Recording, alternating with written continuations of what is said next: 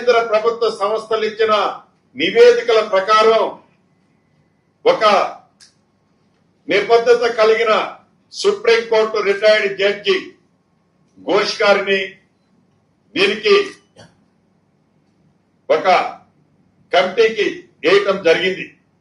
వారిచ్చిన report కూడా మీ అందరికీ గతంలో మేము చూపించాం. అసెంబ్లీ సాక్షిగా ఆ రిపోర్టును పెట్టాం. అసెంబ్లీలో డిబేట్ పెట్టాం. ఆ డిబేట్ లో ప్రధాన ప్రతిపక్షం అద్భుతమైన కట్టిందని చెప్పిన వారు కూడా ఆ డిబేట్ నుంచి ఎట్లా ఎస్కేప్ కావాలనో దారులు ఎత్తుక్కొని ఎస్కేప్ అయిన సందర్భం మీరు చూశారు. తదుపరి దీన్ని కేంద్ర ప్రభుత్వ సంస్థ అయిన సిబిఐకి హ్యాండ్ ఓవర్ చేసిన సంగతి కూడా మీకు తెలుసు. సిబిఐకి హ్యాండ్ ఓవర్ చేసినది ఎన్ని నెలలు అయిందో మీకు తెలుసు. కేంద్ర ప్రభుత్వం నుంచి ఆ సిబిఐ నుంచి ఈ రోజుకి వారిద్దరి ఫెవికాల్ బంధం ఏంటో స్పష్టంగా చెప్పగానే చెప్తున్నారు. దాని మీద ఏ రకమైన ఎంక్వైరీలు కానీ ఇతరత్రా రాకపోవడం దురదృష్టకరం. అయినా కూడా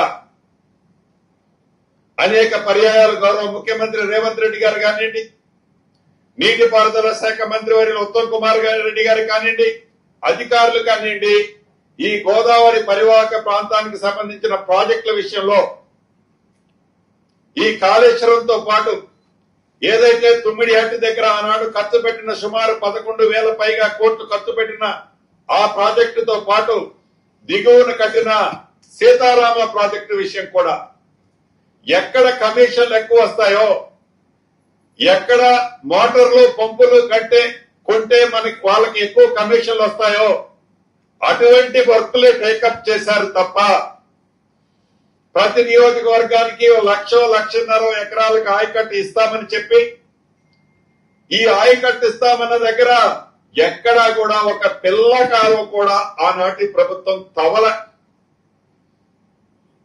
తవ్వని కారణంగా కాళేశ్వరానికి సంబంధించిన ఈ ఆయకట్టు కానివ్వండి, సీతారామకు సంబంధించిన ఆయకట్టు కానివ్వండి, ఎక్కడ ఆయకట్టు రాలేదనేది నగ్న సత్యం.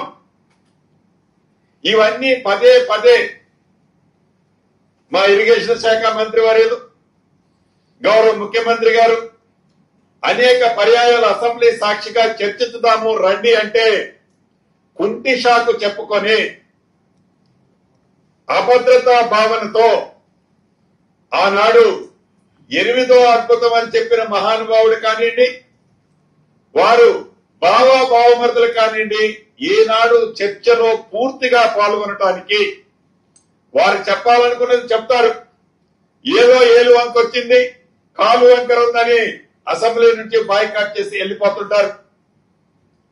చర్చించాలనే దాని సందర్భం వచ్చినప్పుడు వారి అసలు నాయకుడు ప్రధాన ప్రతిపక్ష నాయకుడు అసెంబ్లీకి రావాలి అని అనేక పర్యాయాలు ముఖ్యమంత్రి గారు గాని అసెంబ్లీలో నాయకులందరూ కూడా పదే మీకున్న అపారమైన అనుభవం ఏదైతే ఉందో, మీకున్న అపారమైన పరిజ్ఞానం ఏదైతే ఉందో పదే నా జ్ఞానాన్ని తెలంగాణ ప్రజలకి అంకితం చేశానని చెప్పిన మహానుభావుడు అసెంబ్లీకి రాడు.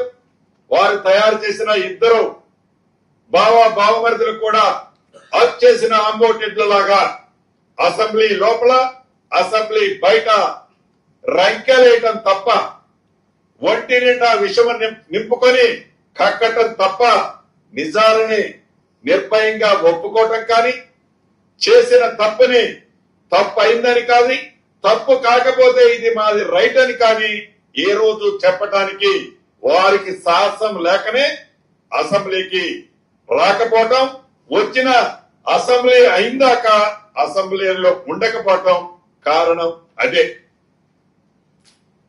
ఈనాడు దిగువ రాష్ట్రానికి సంబంధించిన నీటి వినియోగానికి సంబంధించిన అంశాలు గాని, తెలంగాణ రాష్ట్రానికి ఇటు గోదావరి కృష్ణాకి సంబంధించిన నీటి వాటాల విషయంలో కానీ అనేక పర్యాయాలు అనేక సందర్భాల్లో ఇందాక నేను చెప్పినట్టు ముఖ్యమంత్రి గారు గాని నీటిపారుదల శాఖ మంత్రి గారు గాని ఒక్క నీటి చుక్కను కూడా ఈ రాష్ట్ర ప్రయోజనాలకు సంబంధించిన దాన్ని వదులుకునేదే లేదు. ఎంత దానికైనా మేము సిద్ధమని అనేక సార్లు చెప్పినా అదే వంకర కోతలతో, అదే కారు కోతలతో, అదే విషపూరిత